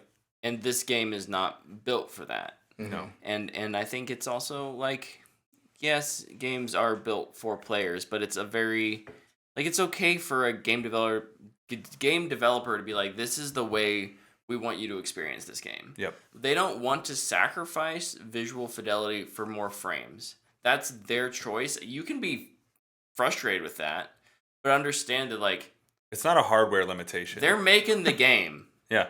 Right? Like, okay, you're gonna complain about it? Go make the game. Right? Like, okay, you put in those no. You put in your 25 years. Yeah. It's the vision of the game they want to see made. Obviously, would it be, if they could easily do it, would they probably have 60 frames? Yeah, probably. There's going to be some sort of hardware, software sacrifice there to get to that, what they're wanting fidelity-wise. And maybe 2 years down the road, they solve that issue. They solve that problem, and they can have a patch. I don't know if it'll be 2 years, but like Skyrim is 60 frames now. Yeah. On the next gen consoles. When they sell it for the third time. Like here's the Starfield 30th anniversary of Bethesda Director's Edition. Yeah, this with Skyrim included. No. Yeah, right. Base Skyrim game included. Yeah, this feels like it's hard to say this because it's not out yet, but this feels like Fallout is now property number 3 for Bethesda. Like, feels like we have Elder Scrolls and Starfield are kind of up here. Unless you're Todd Howard. Fallout's here. Yeah, if you're Todd Howard, he's the Fallout. He likes Fallout more. Yeah, it's crazy, man. Like this game. I'm actually, to talk about the not to talk about the future, but I'm going to here speculate a little bit. I'm excited to see what they do with Fallout next. I think they've had some time. They've course corrected a lot on 76. Like what the future looks like for that franchise. Well, what about Elder Scrolls? After I know Elder Scrolls is still coming along too, but like Elder Scrolls hasn't had its nose rubbed in the dirt like Fallout has. Yeah. Like Fallout stumbled hard, and that's no. They got 15 million dwellers. Dude, that song slapped. So I'm not really worried about Elder Scrolls, and I wouldn't say I'm worried about Fallout, but I'm just curious to how they come back with a game like Starfield, which is probably going to be a pretty big success. All signs are pointing to. Oh yes. Yeah, I want to talk about that too in a little bit. So yeah, the kind of the future of Fallout, I'm really curious about, but that's for another time. In the future too, with Todd in that IGN interview, I saw the headline. Like he said, after Elder Scrolls 6, he's probably done. Yeah. So it'll be a new game director for Fallout. So it's going to be fresh blood. It's going to be, unless they can convince him to stay, which with Fallout they might be able to. Yeah. Because he loves it so much. But no, talking more about Starfield though, like I thought the gunplay looked a lot better in this. Oh my goodness! From what they showed, so much better. When did they show that? Was that last year? Last summer. Yeah, last summer everybody was like, oh. Yeah, it looked weird. I don't know about this. I gotta tell you, they cranked the aim assist up to 100. Yeah, it looks a lot better. Which I think the guns look like they move and are a little more fluid too. Yeah. Like, because the guns looked weird, clunky to me, like worse than Fallout last summer. Mm-hmm. This summer, I'm like, oh, this looks way better. You know what I hope they did? I hope they went and played Cyberpunk, and they're like, don't do that. what? This feels bad. And then when they played their O game, they're like, oh, this kind of feels bad too. Well, I was talking. Crank it up! I was talking to JT, who's Deadfist in the chat. He's not in here tonight, but generally he'll be in the chat sometimes. And we were kind of talking about how Bethesda has the Doom combat team on staff. I mean, So in that IGN article, he was asked, did id help with this? And they said no. That's what I told JT. I told him, I was like, I don't think they did, because I think that would be a marketing piece if they did. Because Doom's combat's good. Yeah, they said they revamped it. They did it themselves, but id helped with graphics. Interesting. Yeah. Oh. Interesting. Well, Doom is pretty. Like, Doom 2016 is gorgeous. Yeah. And honestly, I'd go watch or read. I'll probably the go interview watch it. with Ryan McCaffrey. It's really I like really Ryan good. McCaffrey's stuff. I think he does a good job. But no, I think if they had brought the Doom team in to help with the gunplay and stuff, I think that would have been more of a marketable piece for them. They would have been pimping that a little bit. Whoever did probably. Doom was playing it was like, I think he could work on this a little bit. Yeah, they were like working on the graphics. He's like, look, man, I'm just over here working on the graphics, but that could be better. Yeah, no, I think another thing that's really cool, they kind of moved through it pretty quick, but like the different gravities and how like you move on each planet is going to feel different. I think I love how they show it on just the map. Yeah. Mm-hmm. Like the sun in the middle just has this huge bend in it, Mm-hmm. and like little moon, just like, weep. Yeah, I think it's really cool. That's one of those like quality of life things that will make the game feel fresh every time you go to a new planet. Mhm. Like there's so many little things. Also, You jump. yeah, like well, he shoots the one dude, and the dude like he dies, and he's like, Dude, he throws the grenade. The guy goes flying. Yeah. It looks like it's gonna be just tons of fun. It looks like you can just do whatever you want. What was I gonna say? Oh, one of the things I think is super underappreciated. I love the UI in this game. Yes. It looks so much better it than does look every really Bethesda good. game. Just- it just looks so much cleaner. Like, My hope is that it's what we're seeing is the full UI and not like a slimmed down version for presentation. Yeah. Because I feel like that is something that could be happening.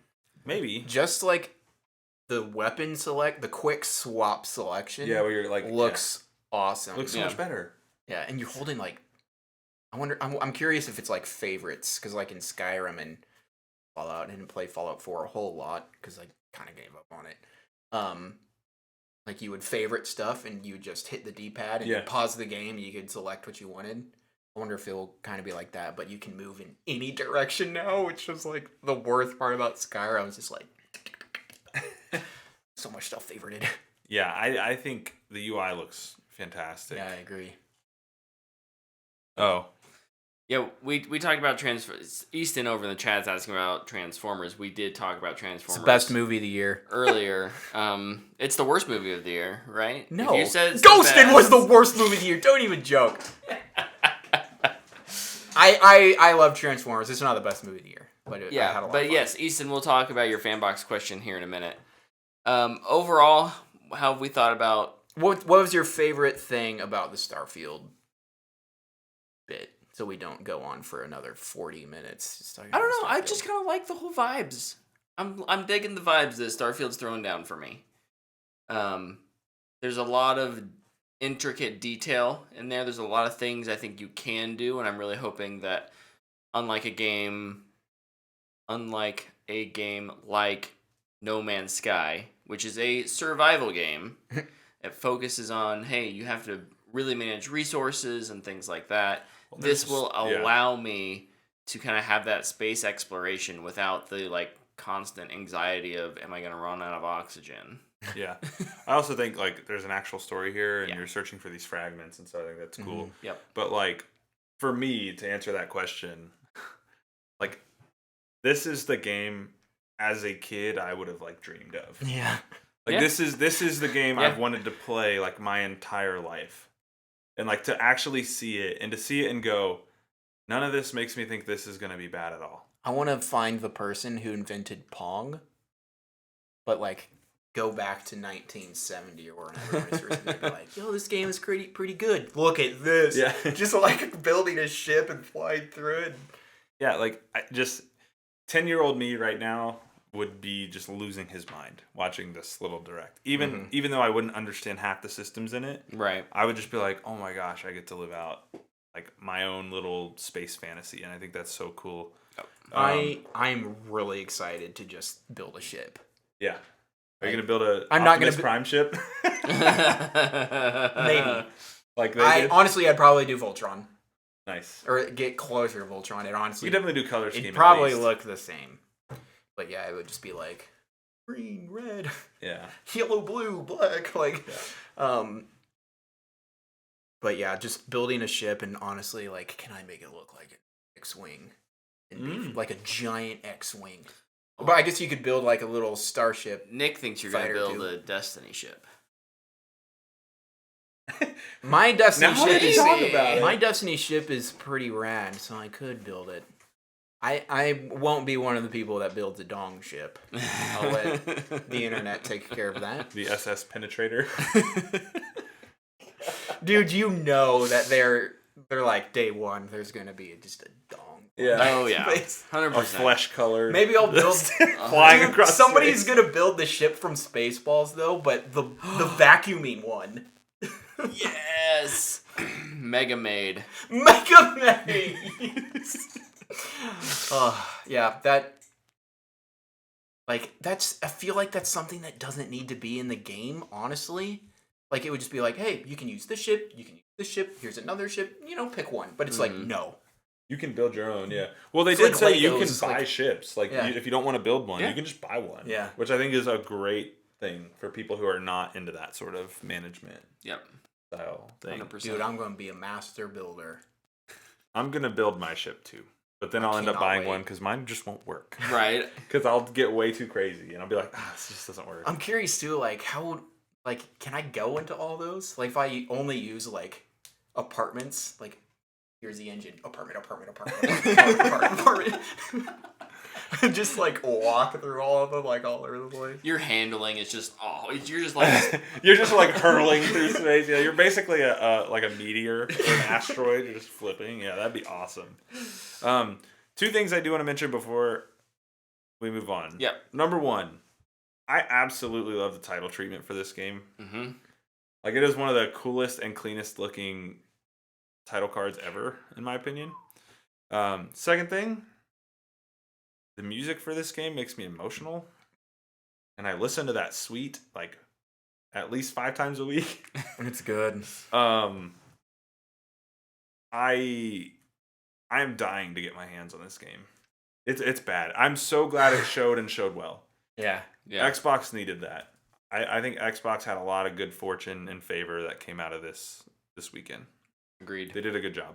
Agreed. When does it come out? September 6th. Yep. 5 days early if you buy the deluxe. So September 1st. It It all depends when you buy it. It says up to 5 days early. There's like a queue. So if you buy it now, I think you'll get in sooner. Interesting. Okay. That's weird. It doesn't say 5 days. It's up to. Well, a 5 single player days. game shouldn't have a queue. That's dumb. I don't know how it works. Because that's what it says for most games. Because sometimes they'll have to delay the early release or whatever. Oh, Because like maybe Diablo, maybe that's what it Diablo is. said it too. It was like up to 4 days early access or whatever, and it was They're just covering their butts. it's just like a- Legalese. yep. Okay. What other news do we have this week? Anything else to talk about? I've got I have a couple things. I didn't have anything. over the CW. Gotham Knights got canceled. Oh no! I know. Oh, Big despair! What are we gonna? Who cares? And Superman and Lois got renewed. That show literally had. Did zero they Yes, renewed it? They renewed it. Interesting. So I'm kind of surprised by that. yeah. They probably were like, should we renew Superman and Lois or Gotham Knights? That show has a And then budget of They looked at the viewership. $100. What does Superman and Lois. Oh yeah. That's a super cheap show. Like it looks great, but it's because it's simple, right? Like it's Didn't an they just easy get- show to film. The And CW it's well just got received. some sports distribution rights for something too. I don't know what it was. It was NFL Insider. Oh, think. interesting. Something with the NFL. They got a baseball thing too. CW NFL. Inside the NFL, moving to the CW. What it was. It's mine. Got it.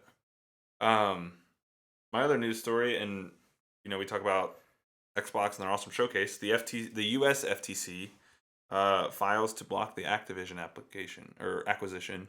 Now it'll have to go to court, much like it did in the European FTC, and the judge immediately was like, "Yeah, dude, they're fine to buy it."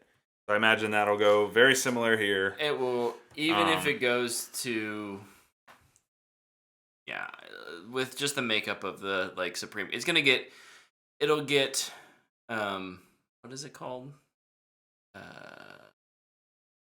Appealed all the way up to the Supreme Court, and The Supreme Court's like, "We're not doing this." the Supreme Court, based on its makeup, is still pretty pro-business. So, and not, free. Yeah. So it'll probably make its way through. But this has been an extremely long acquisition process, Yep. and has probably not been great for Microsoft's valuation overall. The day it gets greenlit officially will be good, but if something goes horribly wrong and for them and it doesn't, it'll be a very sad day for them. Yep. So, I just wanted to, real quick, I believe I saw, yes I did, Spider-Man Across the Spider-Verse surpasses first film's entire box office total after just 12 days. You know what else they said? Or they did? What did they do? They released a new version to theaters with updated sound mix. Yep. Wow. Honestly, why is that one not shipped out first? I don't understand. Yeah, it's really weird. I'm glad they made it right, though. I'm glad they made it right too, but just It seems like it a no-brainer. seems so lazy to not Yeah. be like, is this gonna sound okay in every theater? No? Oh, yeah, whatever, we'll do it later. Are you serious? Well, and especially with their initial comment, it's like the volume was supposed to be at 7. Yeah, they or whatever. knew. Yeah. They knew. It's stupid. Yeah. Not every theater is the same. What- Here's the deal. 4.5 out of 5, not 5 out of 5 anymore. I will take that kind of decision though. We're gonna make it right and we're gonna push out a new version over whatever the hell Chris Nolan does, which is dig his heels in and is like, this is exactly how it's supposed to be. Like, come on, man. It's I don't know. I can kind of respect Nolan a little bit for it. Get out of here. Like, he's being a complete absurd a-hole. But at least he's like, no, this is how it's supposed to sound. You're in a bad theater, it's gonna sound bad. Get over it, poor boy. Okay. Go see it in 70 millimeter IMAX film. Go find one of the 8 70 millimeter theaters in the Is country. it 8 or 12? I know it's some really small number. If it's double digits, it's It was barely like double Across the digits. Spider-Verse, people were like, "Oh, we're sorry. We'll fix it." They knew the whole time. It's like asking for forgiveness instead of permission. Man, Luke and I have very different take on this, and I think that's so funny. You guys should fight. Okay, Bring it on, sleepy boy. that's true. I think I'm a little. Now's the time. All right. Well, we have a one Fanbox question in the chat from Easton Moore. Easton Moore 4. I see you have their little IV. It's for Star Wars. Would you? Oh, that's right. He's told us He that mentioned multiple that. times. You think I remember that? You think the old man over here remembers that? Listen, you're a smart guy. His Fanbox question is, would you rather have one of your favorite games have a great movie/TV adaptation, or one of your favorite movies have a great game adaptation? I actually like that question a lot. That's a good question. Would you rather? Would you rather have one of your favorite movies have a good game adaptation, or vice versa? I feel like, for me, I would rather have... I think movies live longer than games. I would rather have one of my favorite games have a great movie adaptation that's going to stand the test of time, and I can experience still into my, whenever I hit age 120 or whatever, since apparently I'm ancient now. Yeah, you're old as balls, dude. Yeah, man. Will I even be able to hold the controller by the time Starfield comes out? It'll just be on your brain chip. You just tell your character what to do. He'll be using his Apple Vision Pro, just Oh, that's right. Yeah. playing with your mind. Hashtag that's worth the cost right there. I would rather have a well-adapted game. Because, honestly, if a game comes out bad, like, let's say there's a Star Wars game, and it's bad. Okay. Honestly, like, I'll be upset for a little bit. Bad, like, if The Last of Us would have been bad, gosh dang it. I care more about movies and shows. They have more impact on me. Okay. I'm my answer's gonna be super practical. Uh-huh. But I think I'd rather have my favorite game made into a movie or show because of time. Time commitment, right? Like Right? Like if I can get 2 years or 8 years. right. So like, well, I'm more meaning like time to consume it, right? Like Red Dead 2 is like close to 80-hour game. It's my favorite game. Oh yeah. Give me a 10-hour TV show, Mhm. or 2 3-hour movies, or whatever you have to do to make that story complete. No, what kind of? I feel like Show for Red Dead, by the way. Give me a show. Don't give me a movie. Yeah, I guess what is your IP then that you want to see? Mine's Red Dead. Yeah. Probably Ghost of Tsushima, which is being made. I think Red Dead will be made. I think there's so much buzz from actual like celebrities that it'll get made. It will eventually be. Everything is made, but I will wish it was a show.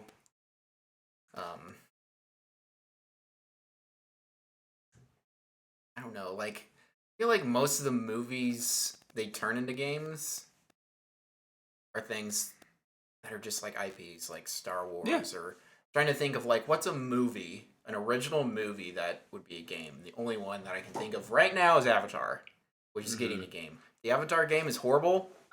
I just think, if Don't you care. think Like- back to 20 years ago when any kind of big movie got some kind of crappy Superman, the game. a crappy tie-in game, Batman, the ride. and sometimes they were good. You had like the Lord of the Rings games were generally pretty well received. I think I'm pretty confident in saying that. But at some point, No. we kind of accepted that they could be two different things. You could have Spider-Man games that were not Spider-Man to the movie, the game. It was, you could just have a Spider-Man game, which is really great. But yeah, I don't know. Halo's my easy answer.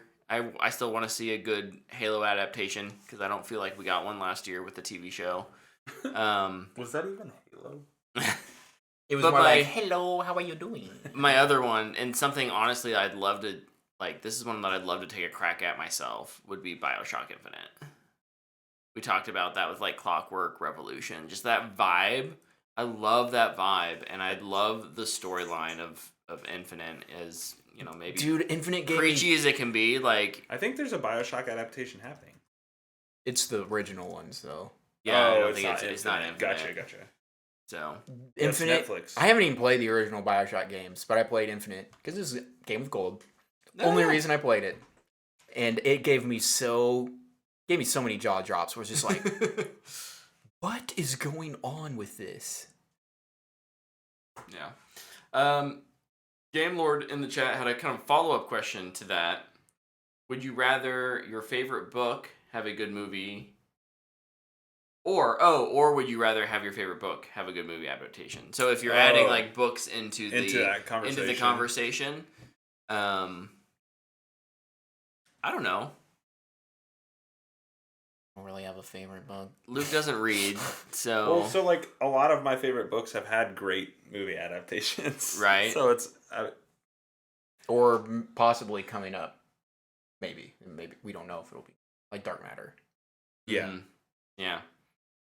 No, I mean, I would love for the Chronicles of Narnia to just actually all be adapted. I think Lepke's is Aragon. Yeah. That's the one that sits in the back of his mind of like, man, I really wish we could get a good adaptation of that. I'm with you there, Lepke. I want that. And we're real getting bad. another crack at it. Once the writer strike's over. Yeah. I feel like all the things I want to be adapted are owned by Netflix and just not in production. Which is Narnia and Redwall. Oh, Those are I like am the books I've read the amazed. most, probably. I'm amazed those Well, and Harry haven't Potter, moved but- yet. Obviously, with right now, but even prior to this But, like- whole strike. Like Redwall was, a little closer to the announcement of that happening. Like I feel like didn't that happen during COVID? Yeah, feel like it did. Redwall's been Narnia was bought like 8 years I was ago. gonna say it was forever ago. It does feel like that And one's just been in a nothing. while. Nothing. We need a status update, Netflix. Come on. Do they even still have the rights? Do they just drop money for no reason? I don't know. Yeah, that's hard to answer though. Throwing books into that mix, but I agree. I would love another try at the Richard K. Morgan books, like Altered Carbon. Altered Carbon. Altered Carbon season 1 was awesome, and then they went, "No, don't follow the books at all." In the second season, actually they did, but they followed the wrong book. So weird. I need a Saga. Does that count as a no. book? Wrong book. I think so. Yeah, Okay. probably. Yeah, Yeah, Saga. I think Yeah. that counts. Saga. Try the Why the Last Man again, even though it might be kind of complicated now. And then shoot. That was a very nice tongue-in-cheek "we're moving on" thing. there. Try Paper Girls again too. Paper Girls was good. It just didn't get watched. Yeah. That's what was frustrating about that. Yeah. And I think they should just try again. Why not? Why not? Why not? Hashtag save for Paper Girls. Yep. All right. Well, there's a lot of good IPs in the chat there. That we're Can I get some talking IPs about. in the chat? Can't wait for Ghost of Tsushima. Yeah. And Red Dead. Um, Narnia. Arthur Morgan. Sorry, I forgot to do that earlier. They could just get... no, they can't. Where you going, Dutch? Yep. All right. Well, I think we've gone on for almost 2 hours now, so we'll wrap it up. What about So what we've I been can doing? get some more stuff. We can go quickly through what we've been doing. I already talked about... I'll go quick. I already talked about Final Fantasy. I rewatched the Super Mario Bros. Movie. I love that movie. It's awesome. It was a lot of fun. And then I beat the Diablo 4 campaign. Noise. And it was fine. I'm not as high on it as some. I think it's a serviceable campaign for that kind of game. There's some really cool stuff. Like Act 5, I think, is really interesting. And the final build up to the fight is really cool. There's some decisions made down the stretch where you're kind of like, it's not the choice I would have made, but okay. Yeah. But it's serviceable for what this game is. This is a looter, right? I don't need the story to be amazing, but you want it to be at least interesting, and it was. I thought it was engaging. All of the performances are great. I don't think there's a single bad performance in the game. Does your performance change based on the character you pick? Yeah, so they have voices for each class. Okay. Which I didn't know that until I was playing through the campaign today, actually, with Lepke, because he's kind of approaching the finish line, and his character spoke, and I was like, oh, that's a different voice than mine, which is cool. I think that's a really neat detail. But yeah, the campaign, I'd give it a fanboy worthy. It's pretty on par, I think, with most games of that nature. Maybe it's slightly better. But now the fun begins. Now I get to start doing all the in-game stuff, which I'm really excited about. So, Diablo 4, good game. If you're looking for something to scratch that looter itch, and you're not opposed to isometric games, check it out. Cool. Luke, what'd you do? Sorry, I actually just really don't want to skip this section because I do have something I really want to talk about. That's fair. I get to talk about it next week. So Yeah. The first thing that I beat, I also beat a campaign, which was Legend of Zelda: Tears of the Kingdom. nice. Yeah, that's right. Ganondorf fight was awesome. Does it feel way better than the end of Breath of the Wild? I honestly don't remember it. The end of Breath of the Wild. Breath of the Wild. You just ride around on a horse and shoot arrows at a giant hog. I liked it. Hated the final boss fight in Breath of the Wild. I don't even know if I beat it then because I I definitely beat it. I don't remember doing that though. Yeah. Anyway, You have a cool bow though. Mm-hmm. yeah, That part was cool. the end of Tears of the Kingdom, couldn't remember what it was called, is a lot of fun. Nice. And there's like multiple sections to it, which felt a lot more like Zelda. Oh, instead. good. Yeah, like you Good. fight this version, then that version, and then there's like a epilogue fight almost. Very cool. Which was really cool. I am not as positive as the rest of the universe on that game. I think it's okay. I think it's fun. I think it has some moments. I think they did way too many things that are just rehash of the first game though. Which was super annoying. But it's still a fanboy worthy, but it's a low one for me. Final rating. Whoosh, Does it lock do in. the thing like Breath of the Wild does where your save after you beat the game picks up before the final boss fight? It kicked me to the main menu when I beat Ganondorf. It's like you watch the credits, and there's like a post-credit scene, and main menu. Like, well, I'm probably never opening this again. Because I probably would have gone and searched for more stuff. Because it puts like a star on your account, and then you basically go back in and do stuff, and then you can fight Ganon again. Yeah. Yeah. So Yeah, it does the same thing. okay, Okay. I don't like that. I'm not a fan of that. I don't either. And it's not because like I hate getting the message, like the prompt of "We've returned you to this point in the game." It's like, yeah, I'm not a fan of that. I know some people love doing that. Yeah. But- Because you can always go back and fight the final Yeah. boss again, right? Like I get that. It's just not for me. I don't like that. That was one of the things with Breath of the Wild I really did not enjoy. You know what my other criticism about, like, I've talked about it a lot, that I don't like the combat in the game. And especially when you mix Gloom into that, which is like, hey, we're going to take your hearts away. The Master Sword sucks. It breaks so fast. Like the charge version of Yeah. it? Yeah. It's like, and plus, like, Then you have to wait 30 minutes, I think, to cool it's it down. 10. Oh, it's only 10 in this Yeah. one? But, like, I'm using fused weapons that are just way better. I did not use the Master Sword against Ganondorf. That sucks. Because it, like, in... Literally just find a good sword, go kill a Lionel, and put its antlers on it. It gives you, like, 100 damage. It's insane. So, like, one shot everything? Well, not Ganondorf. Well, yeah. I mainly used that on Ganondorf. Oh, okay. But yeah. It was good. Fanboy worthy low. Yeah. The other thing I did, this is what I really want Maybe they're in their Assassin's Creed phase where they'll go back to, like, the old school style here soon. You know what? I really hope so. That would make me very happy. Well, they really Or- just need to make Wind Waker remaster Yup. so I can play it on my Switch. I've got it on GameCube. I have a GameCube. I'll bring it over. It's kind of hard to want to hook up a GameCube after playing all these other games right Dude, now. I might hook mine up. Scratch your Zelda itch. Okay. talk about it. The Get real it. thing I want to Do talk it. about. Brett is over there going, "Oh my god, I just want to go to sleep." He's gonna kick us out of here I'll so only go for fast like tonight. 30 more minutes, Brett. Jeez. No. I went and saw Hamilton on stage. I have questions, so I'm excited to hear about this. And it was just such an amazing experience.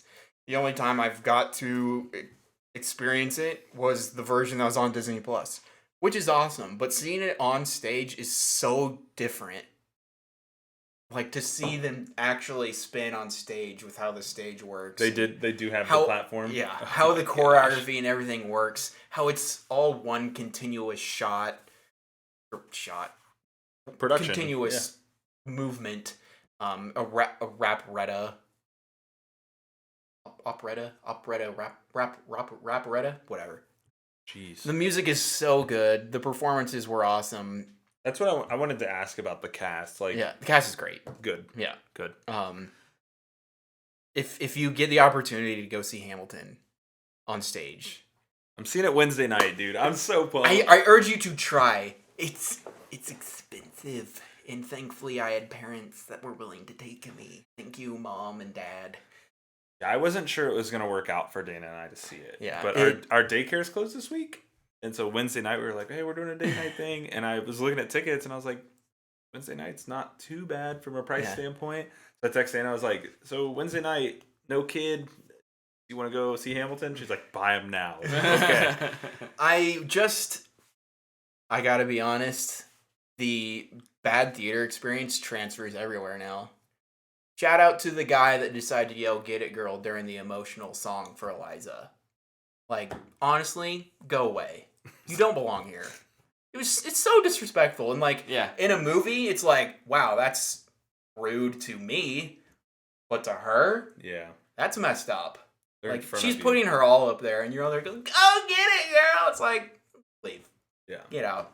Don't come back. Banned from Century 2. This Don't need it. This speaks to, I was actually talking to a friend of us, Nick Gilchrist, about Hamilton as a production.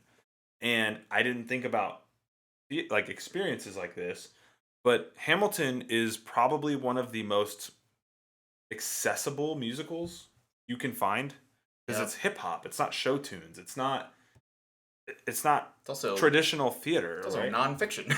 Right. Like it's a very accessible production. So you're going to get people like that. Mm-hmm. And I hadn't really thought about that. Kind of sucks. Mm-hmm. Well, now you know for. I'm in the Worship. balcony, dude. That's like all they had left. That I wasn't about to spend like $700. But awesome show. I'm so glad I finally got to see Was it. there anybody in the cast you liked their version more than the original Broadway cast? I don't know. Because that's a question I want to It's answer so for myself. it's really different because when you're watching the movie version, I'm right there in their Yeah. face. I can see everything. We were in row AA. So like I can't really see their face. It's more like how they make you feel. Where is AA? row 27? Okay. It's 26 letters. Yeah, I just didn't know the layout. I've never been to a show at such Honestly, it may have been even farther back. It's because cool. we're in the balcony. Like so. we're on the lower floor, but Gotcha. it's more how it makes you feel, and it gave me the same feeling. Nice. I'll say my favorite in the Disney Plus original version was Leslie Odom Jr., who played Aaron Burr, and in this one, my favorite was, I don't remember his name, might have been Deontay, who played Aaron Burr. I just always really love whomever is playing that role. Dude, when Dear Theodosia, when we get to that point, I'm going to be an absolute disaster. Like, there's 2 moments in Hamilton that wreck me, and I just know it's going to be bad. There's like the big numbers are so awesome in person. Like I'm not throwing away my shot in Nonstop and Room Where It Happens. Like I'm just sitting in the audience like, yeah. I was going to say, were people, like, singing and stuff? Like, No. That's good.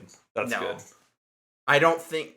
I mean, Logan. It's different when you're just I think listening to Logan is honestly the only person who could probably keep up with all the lyrics. But oh man, so good, so good. It's a booyah. Yeah, I'm really looking. And if you forward to it. haven't seen it on Disney Plus, go watch it on Disney Plus. Yeah. It's really Even if good. you don't have Disney Plus, I think you should get Disney Plus for a month get a and trial watch and watch it. Yeah. Yeah, it's worth it. Yep. Cool. Brett, what did you do this weekend? So this weekend, Trying to drag this out even longer.